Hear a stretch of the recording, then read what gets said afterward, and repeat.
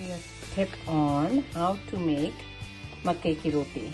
Okay, so usually people are scared to make it because it sticks to the tawa and hard to to the pan and very difficult. So what I've done is I am going to put it in the flour and I put wax paper. Okay, so there is a wax paper right here. I put it here. I'm going to cover it up like this and I am going to roll it out. So this is the best way for you to make your corn roti, okay?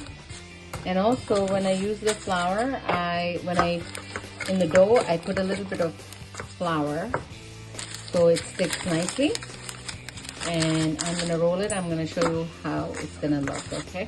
So I have rolled my roti. And now I'm gonna take the wax paper out. As you can see, look, it retains its shape. And now I'm gonna pick it up and I am going to put it on my stove and I'm gonna take the other side of the wax paper out and guess what? Perfect! Now I'm gonna cook it and show you how the Makki Roti is ready. Look how beautiful it looks. So use this trick and tricks and enjoy, and please subscribe and like my video.